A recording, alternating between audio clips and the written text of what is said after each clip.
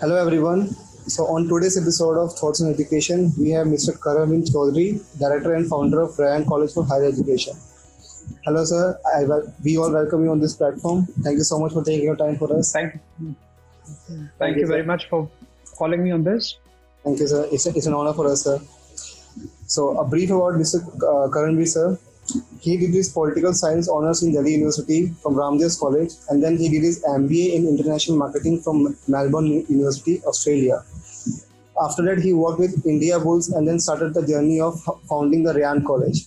He started Ryan College in 2011 with 60 students, and now the students are around 1100. Sir, that's a great journey, and I really believe that being a very young leader and having an international experience, I really believe that with this session, students are going to learn a lot from you. So let's start the interview. So, what are the key factors according to you that keep you connected with the education sector? See, there are various factors, but I think two factors are most important. The first factor is emotions. Emotions is that I've studied in one of the best institutes from the beginning. And when I came back to my hometown, Hanumangarh, I didn't see any good institutes. So I wanted to provide all those facilities to the students who cannot reach or have access to those institutes outside of the city. So I wanted to provide them with best infrastructure, best teaching facilities. And so that was the emotional factor, so that they can go out and compete when they finish their education of higher degrees, and they can go out and compete with students who have studied in better institutes in better cities. And secondly, it's obviously when you invest in a business, it's materialistic. See, India is a growing economy. So every sector is developing, every sector. So in fact, sectors, subsectors, everything is developing, and you need education in order to succeed in those sectors. So you have to have education about that. So there's an ample scope in education. You start with the beginning, but for a long run, for a materialistic long run, I think honesty is very important. If you don't run it with honesty, it will be a short period of time. So there is a materialistic factor that is connected, and it's paid me well. I've invested a lot, but I've have good returns, and I've also achieved my emotional factors. And I've been providing students with good education, and they've been going out after their graduation degrees or post-graduation degrees and getting jobs in good companies. So these are the two factors that keep me connected to my education and my institute. And I hope that I will bring more courses, more colleges, different degrees, so that I can give access to students to all the sectors that are available in the market right now. Very well said, sir. I really believe that all your efforts and hard work will pay you off in the future. So move to the next question. Like, you're being in the top management of the college, what is your philosophy of leadership? How would you describe your leadership style? See, the leadership, I think the leadership is not when you make decisions. It's how you reach the decisions. And in order to reach a decision, you need to understand the people that you're leading. For example, I am the director of the college. So I'm leading all the staff members. So in order to be a leader, you have to have a very good connection with your followers or the members of your group. And you need to have a very good knowledge of what you are leading. For example, if I don't know anything about the education sector or the college, so I won't be able to reach the decisions. So this is what a leader has to. He has to listen to his followers. And secondly, the philosophy that you say, leadership can only survive if your followers or the people that you work with listen to you, understand you, when they believe in you, and they have this feeling that this guy will lead us to the decisions or the goals that we achieve. So in order to, leadership can never be rigid. It can never be rigid. You cannot be rigid in your leadership. You have to listen. You have to understand every situation. You have to do everything. You have to look around. You have to see all the factors in order to reach a decision or the leadership philosophy. You need to understand each and every factor that will affect the decision or the goal, and that will satisfy all the members of your group or the institute. This is the philosophy that I try to follow. So very deep and thoughtful, really. So like I really believe that even that Can I you add have something to that? yeah, sure, sir, definitely, sir. Sure. So one more thing that I wanted to add was to capability to create an example. See, when you understand what you're leading, you have to give an example. For example, there is a situation or there is a problem in the college. You need to have an example, or you create an example by which you make them understand, and then have a communication with them, what they think about it. And after all that gathering, all the information that you gather, then you can sit and decide what will be the optimum decision and what will be the optimum direction and how will you achieve it. And then it's delegating. Delegation is very, very important in a group.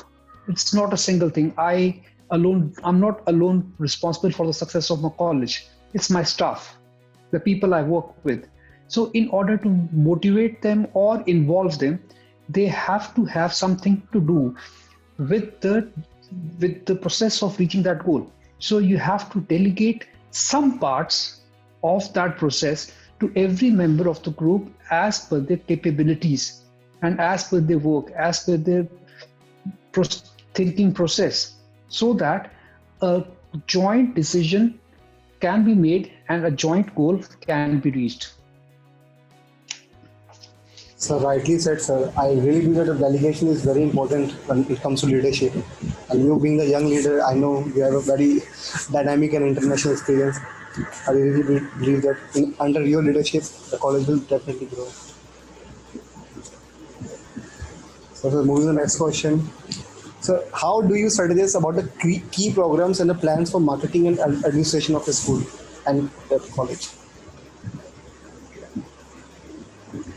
See, key programs and plans, the key programs and plans are dependent, they differ every year. It's not that I will start marketing for the next year, 10 years. I have to take decisions every year. So that depends on the statistics and the analysis of the previous year. So, which is different every year. So for example, we never thought about Corona anytime. There will be such a situation when there will be lockdown for the whole year. Students won't be able to reach the college. So we never thought about online classes. So that was on the spot decision making, that there should be a process of online classes so that students don't have to come to the college. So in order to do that, I have formed a team that provides me with all the statistics and the analysis for the previous year. And based on that, I make my decisions how the marketing will be done, what are the areas that has to be reached, what are the places that has to be reached, which are in my area of coverage, which I can cover. It's not like that I will start bringing students from Delhi. No, that's not possible. So I have to see my resources. What are the resources that are available to me? Now, if I start inviting 1,000 students, which 1,000 new students, and I have seats only for 500 students, I can't do that. So I have to have the decisions based on analysis, based on information that we gather throughout the year. So there's a team that keeps a notice of each and everything that happens during the year. For example, the problems that we face during the year, the problems are always new. So if we don't solve the previous problems, then we won't have students next year. So in order to have new students, we have to see what are the new problems that they're facing, whether it can be in teaching process, it can be in lecturers, it can be in teaching faculty, it can be in infrastructure, it can be in labs, it can be in any problems. So we have to, when we get the time of 3 or 4 months between the two sessions, that is the period when we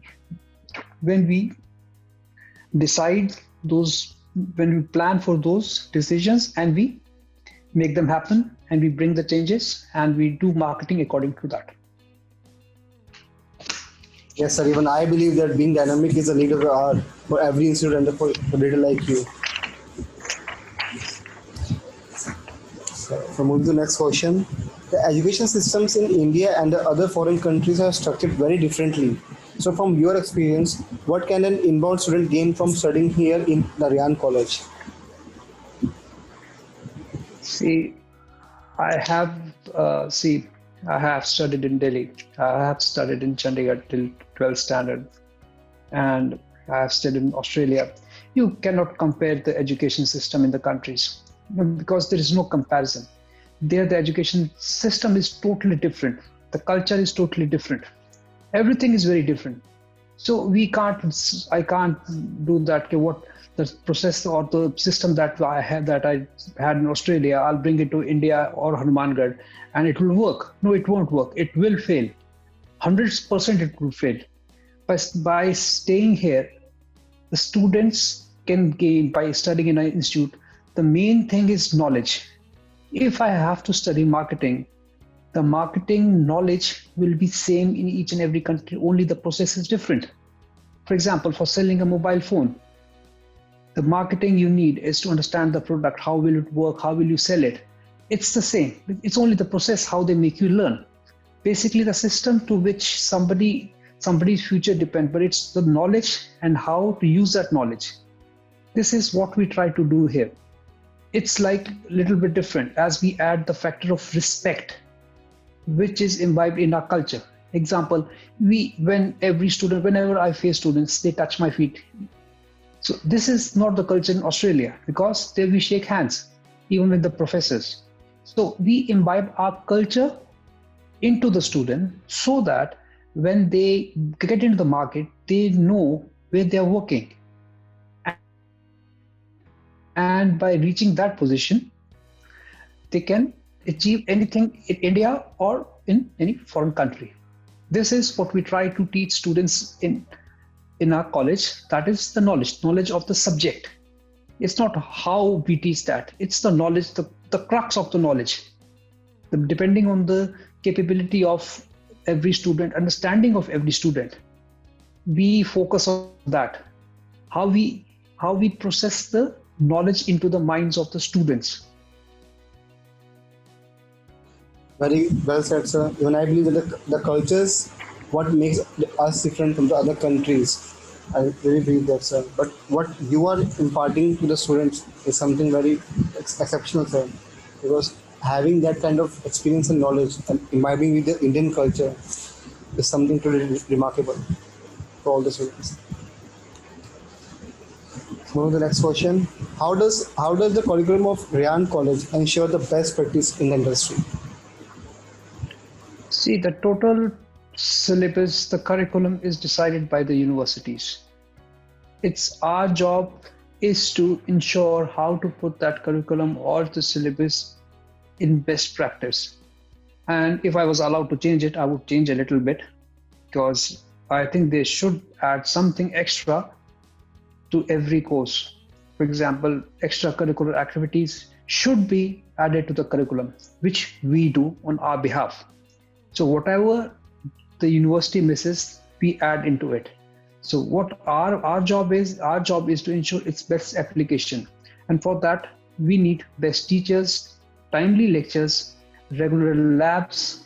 There is no process of half-yearly papers in any college in the district. I'm not talking about the state, but in the district, it's only in the schools half-yearly exams, but we conduct half-yearly exams so that I can see the performance of my students. And if the performance is, for example, if the performance is low, I can figure out the students and I can see what is wrong with that, or what is wrong with the teaching process, or what is wrong with a particular lecturer. If there's a problem, we take action and we try to solve it. So we decide the curriculum based on the directions provided by the university. So our first job is to complete the syllabus provided by the university and add extra things that I think are important for the students. We conduct inter-college sports events every year, a lot of inter-college events. But I have divided the college into 4 houses like we have in schools. Like we have started conducting house matches. We celebrate each and every festival. So that adds to the experience of students how to work in a team, how to enjoy everything, how to enjoy education, how to enjoy the session. So that the students, it's not only about studying, it's about experiencing that particular age when you're studying a higher degree. That is how we decide about our curriculum. Rightly said, sir. Even I believe that values such as teamwork and everything is very important for any student in his growing age. And you being such a dynamic leader, I know you will definitely focusing on these values a lot more than other leaders. So, so I would like to know about your roles and responsibility to the university and to the students. So how do you define your roles and responsibilities? See, my responsibility towards the university is that every direction provided by them, it followed with utmost honesty, and give them the honest feedback on everything. That is my utmost responsibility towards the university. And towards the students, it's not like politics, that what the politicians do when they promise something and they don't do anything about it. It's not like that. My responsibility is to provide them with best infrastructure. Whatever the promises that I make in the beginning, that has to be completed on any cost, and made that are made in the beginning, and in the end we provide them with satisfaction, love, affection, respect, and when they pass out with good marks, that is my profit from the students. A great thought, sir. A very great thought. I mean, thinking about such values that you are emphasizing on is pretty remarkable. So what do you think should be the Ryan's College top priority for the next 10 years? So how do you vision your college for the next 10 years?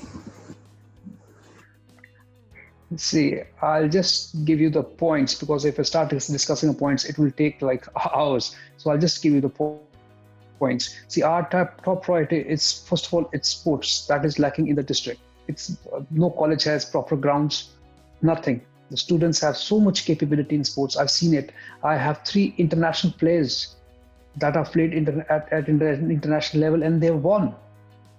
I have students who have played at national levels, at state levels, university levels, because we provide them with infrastructure and the facilities. Then comes the girls' education part. Being a rural area around us, the girls' education is a lot of minimum. So we have a scholarship plan for, like, I gave scholarship, 100% scholarship to 21 girls every year. And we give a lot of scholarships to other girls based on their performance in the 12th standard. Then it comes use of technology. You should have the best labs, best science labs, best computer labs, and then you should have CCTV cameras, so that they have this. And then for the next years, but the situation that we are looking around, it's the use of drugs. We keep a very strict check on the use of drugs in the college. We have teams that are taking college rounds regularly, so that they can keep a check on the students. Because if the situation that is not in a college, of course, but that a situation that is currently around our college or in the city, and in the next 10 years, if this thing keeps happening, then there is no future for any student. This is like coronavirus. It spreads like coronavirus. Use of drug is like coronavirus. It will not only kill you, it will kill your family. It will kill everything that is around you. So then it comes bringing more and more students from the farthest areas, which are not accessible by other colleges, and the students can't reach here. They don't have transport facilities. So we try to provide transport facilities to as far places as possible, and we tend to increase it. And sorry, I have to read it because I didn't memorize it. And yes, the pollution is growing every day. So we plant around 50 trees every year. And for the next 10 years, we have a planning of planting around 500 more trees in our college to have a greener planet of our own. So that at least in our college, they can have fresh air. And we are planning to bring more job related courses because the population around here are like low income level people. They just want to do the courses which are just directly related to a job. They don't want to do postgraduate degrees. They want courses that will give directly access to the jobs. So we're trying to bring more and more courses which are directly related to jobs. Very thoughtful, sir. Especially the combination that we talk about, like sports, technology, jobs, plus the tree plantation is really remarkable, sir. I mean, like I can never even thought of that idea of like you are having a vision right now. Great, sir. Very great, sir. So for the viewers, like what you want to tell to the viewers about the Ryan College that you think that they may not know. See, it's not important what I tell them. I can tell them I have a chopper in the college. So I can sit here and say anything. I have this, I have that, I'm that. So I just want them to come, give us a visit, talk to us, talk to me, see what we're talking about and what we have. It's not about what we'll have in the future. No, I'm saying what we have. And then take their decisions. Because the people, what they do is they are always on the telephonic conversation, what you have, what you don't have, how will my student will be taught, how are the teachers. No, you come to our college, you give us a visit, meet us, see our infrastructure, see our classrooms, see our furniture, see our transport facilities, see our grounds, see everything. Talk with every lecturer so that you know what we have. Like for example, if you want to buy a mobile phone, first of all, you'll go and search online. Then you'll go on the showroom. You'll have a look. You'll have a feel. And if you're taking so much of caution in buying a mobile phone, why don't you take so much caution in taking care of your child's future? So this is what we want. I want the people to visit us, meet us, and then take decisions and see what we have that they don't know. Greatly said, sir. I really believe that having a visit to your college and having such a great experience by their own eyes, I really believe that their decision is going to be in your favor for sure. So moving on to the next question, what do you see the Ryan College greatest strength? See, again, the points. See, I have few points. See, first of all, it's the infrastructure. We are the only earthquake resistant building in the district. It's earthquake resistant. I don't think any lecturers, college security, especially for girls, is very, very strong. Then sports, no one can beat us in sports. I can challenge that. Then we have a futuristic vision. Then is its honesty. What we say, we will give, we will provide, and we will keep providing. And our greatest strength is our principal. He's a great visionary. He's a great guy. He's a great knowledgeable person. And then it's green environment. Then our greatest strength again, it's communication with the students. We will hear everything what they have to say. We will hear every problem, each and every problem. Even if they have a problem with the fan, I will personally go and check it. Then it's access to the top authority, that is me. Normally, the thing is that top authority, they act as if they are above everyone and they're not accessible to everyone. But in our institute, any student can come anytime to me and discuss his problems if his problem is not being solved. It's not that he can bypass the principal, but yes, first he can go to the principal If that problem is not solved, then he's most welcome to come and meet me directly. These are my greatest strengths that I can mention right now. Sir, you are having such a lot of number of strength that it's endless, and I really believe that for the students, it's going to be very helpful and going to be a great experience throughout their education journey. So what do you believe that what are the challenges, biggest challenges that you see, both for the higher education in general and for the college specifically? The biggest challenge.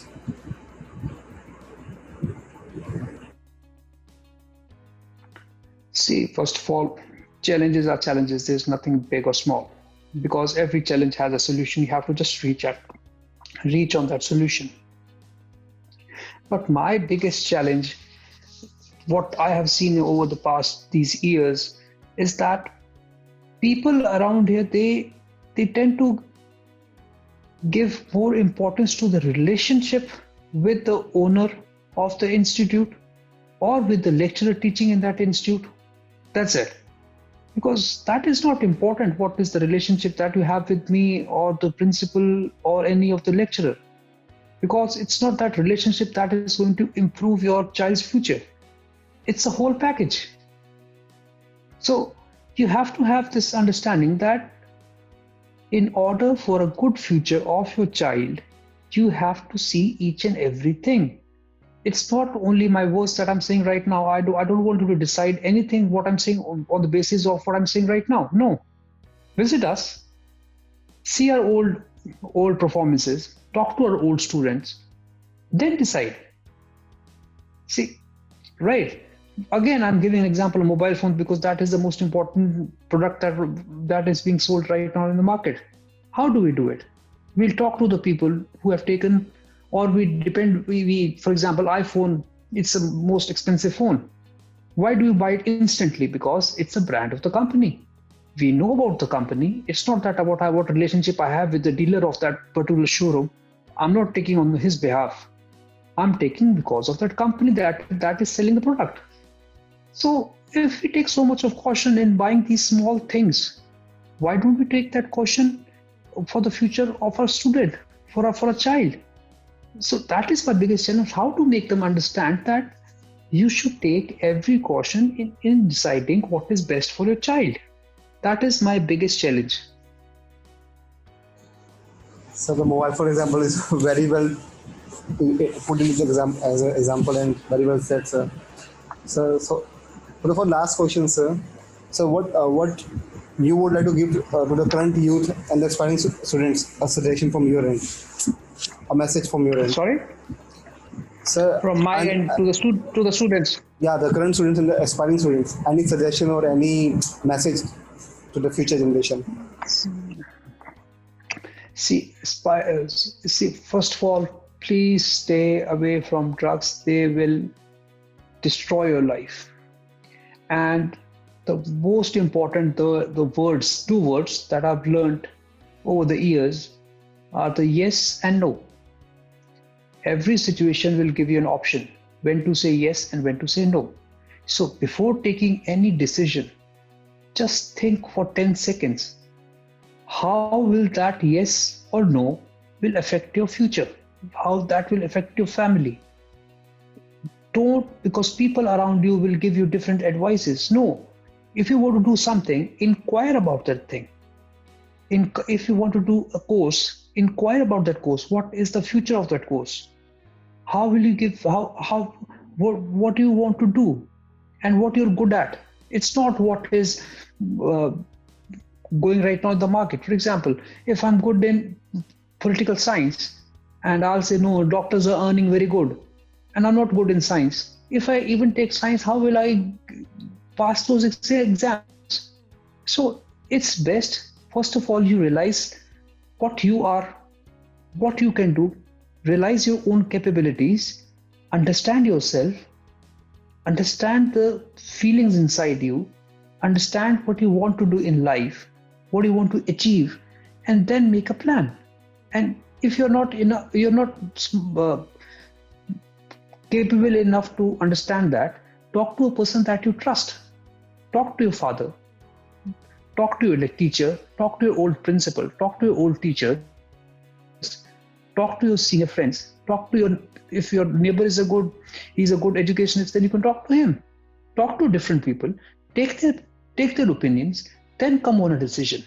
Don't take instant decision. It's not that what my friend is doing, I'll do the same. No, your friend is different and he won't help you in future. You have to build your own future. So you have to have your own path. You have to decide your own path. You have to construct that path. The best part is, first of all, discuss with your parents and then discuss with yourself.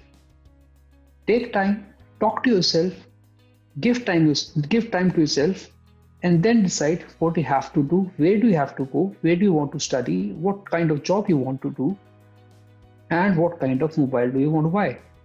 Simple as that. Very well said, sir. Very well said.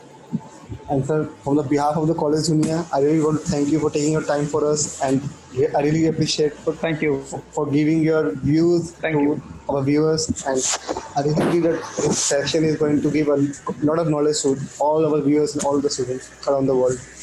Thank you very much. Thank you. Thank you, sir. Thank you for taking Thank you time for for us, sir. So Thank you for having me. Sir, it's an honor, sir. It's an honor. Thank you. Okay, Same sir. Okay, sir. So we are ending the session here. Thank you so much, sir. Thank you. Thank you, sir. Thank you, sir.